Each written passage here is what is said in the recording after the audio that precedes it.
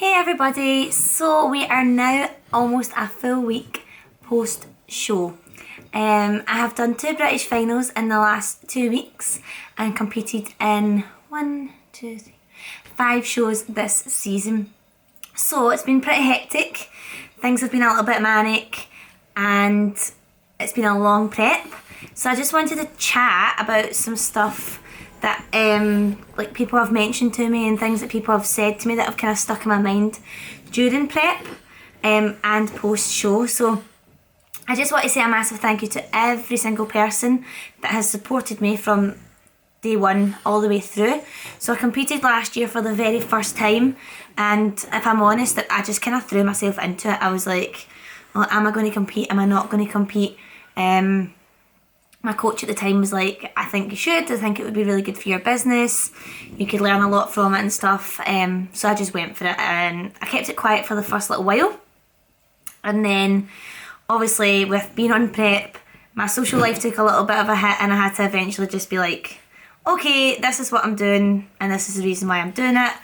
And then it all kind of became public, and before I know it, I was posting photos of myself in a bikini with hardly any clothes on my Facebook, and that was not something that I expected that I would ever do.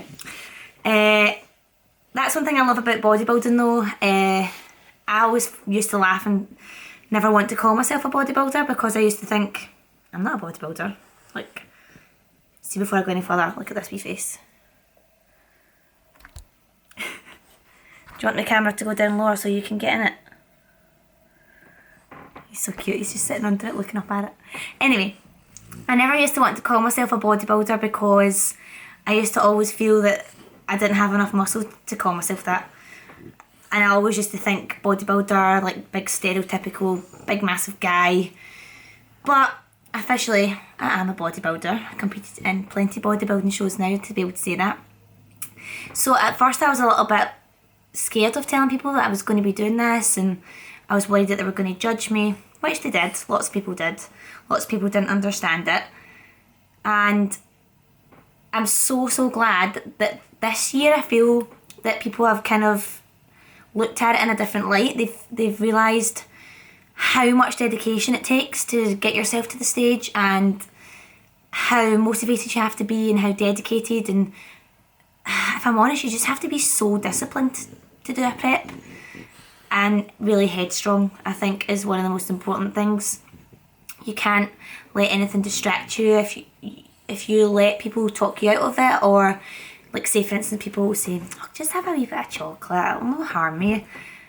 Unfortunately, when you're prepping for a show, that little bit of chocolate could be like the difference between first and second place. It's actually so crazy. So I have loved everyone's support. It's been absolutely great, and with it being the second time that I've competed, I've learned even more about my own body, and it's also helped me develop myself as a coach and as a personal trainer. It's helped my business. So really, I've been doing it for lots of different reasons and lots of different self-development reasons, not just not just to stand on the stage and be like, look at me, I've got a good body. Getting to a bodybuilding show is so much more than that, and I think you can kind of see that from my stage photos, that I love it. And I just think that it's not the fact that I love being up there and saying, look at me, I've got a bikini on that looks amazing and I've got a great body.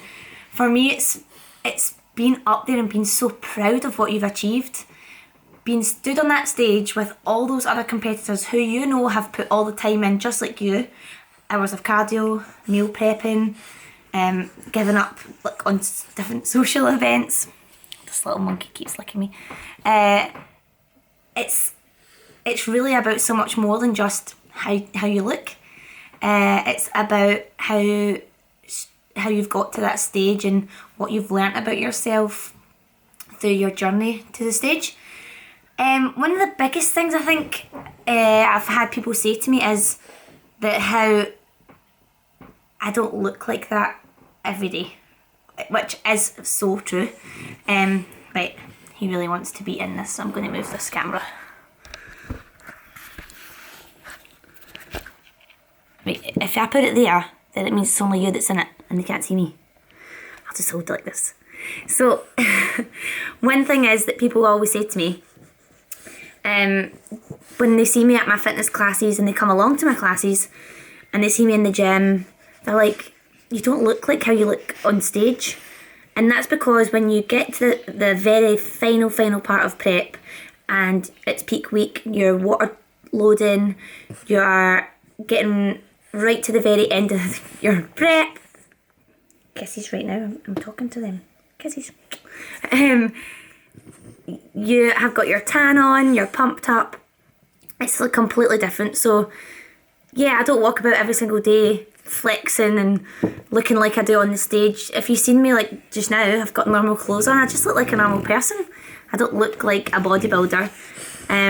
So I kind of love that because it is a really versatile thing. You don't have to walk about with the bikini on all day long and have your abs out and be like, look at me, I'm dead fit. And I also think that gives like people a little bit more of a relationship with the sport because they can see that you're normal, like you just look normal. Another thing as well is a lot of people have been saying to me since my show, so is that you're just going to go back to normal now? And I kind of think, what is normal? So is normal, to most people, is normal eating rubbish? Does that mean you're normal? I kind of feel like that's maybe what people mean when they say normal, is in not being so strict and not eating out of a Tupperware. I don't really know, like, what do you think normal is? Obviously prep is taking things to an extreme. You are not allowed like sauces, and even like when it comes down to like there's salts, and I couldn't even eat carrots, which is crazy. So I suppose, yeah, prep is not normal. But as in terms of what normal is, everybody's normal is totally different. I would say I'm probably never going to be what everybody think, like what a lot of people's normal is. I'm always going to prep my meals from now. I get sponsored now by Prepco Scotland, which is amazing. They provide me with so much delicious food every single week, and it keeps me on my plan. I will never ever be able to go back, I don't think, to just waking up and having like toast for breakfast and then going to work and having maybe a sandwich for lunch and then maybe getting a takeaway for dinner, drinking like a bottle of wine like all the time. I really want to kind of make, I don't know what the words would be to describe it. Things like that, I don't want them to be taken for granted and just be normal. I want to be able to go out and enjoy a nice meal and maybe have a glass of wine or maybe a bottle of wine, but not all the time. So it still feels like it's special and it feels nice, and it feels like an off meal plan rather than it being every day. I know that that's not for everybody, and some people can't live that way. Some people are like, oh my gosh, just like live a little, go out and eat what you want, and that's definitely what I'm going to do after all my shows. I'm going to have like a flexible lifestyle, focus on more if it fits your macros, like just have like some guidelines for myself and then stick to them. But I don't think I'm ever going to be the same as I was before I competed, which I quite like. So I'm not saying that you all have to agree with it, but I like that because I feel it gives me structure, it fits my goals, and it just fits my lifestyle. I'm honestly like so busy. I don't even think I would have time to cook my dinner every single night of the week. So having all my food prepped makes it easy. And yes, I don't have any kids, I've just got this little one. So it maybe people maybe say it's easier for me because I'm just cooking for myself and Stephen and putting his food out. Obviously if I had kids it might be different, but I do think that I would still prep my meals, because just because I would have kids wouldn't mean that my goals would change too much. Obviously my priorities would have to change, but yeah, we'll cross that bridge when we come to it. I'm trying to think what else people have said to me about post-show chat. if they've got any other things that they wanted to ask me. I think that's probably it at the moment. I would say a lot of people are saying to me, oh my goodness, I can't believe you're going to like just prep again, got all this to do again. And they're like, oh, so you've just got some time off. No time off, unfortunately. I say unfortunately, like I'm unhappy about it. I've had this week off the gym, and it's been actually quite nice to have like let my body rest, but I have really missed it. When it becomes part of your life, it kind of feels strange. I've had loads of free time. I've slept most of that time. It's been pretty good. So I'm so looking forward to going back and hitting the gym on Sunday. And just really, after seeing a lot of my photographs from the British finals at Nabba and PCA, I can see from my physique in the pictures where my weaknesses are and what I need to work on. So that's really, really been beneficial to see that. I can also see, which is a good thing, where my strengths are, which is something that you don't see when you're on prep.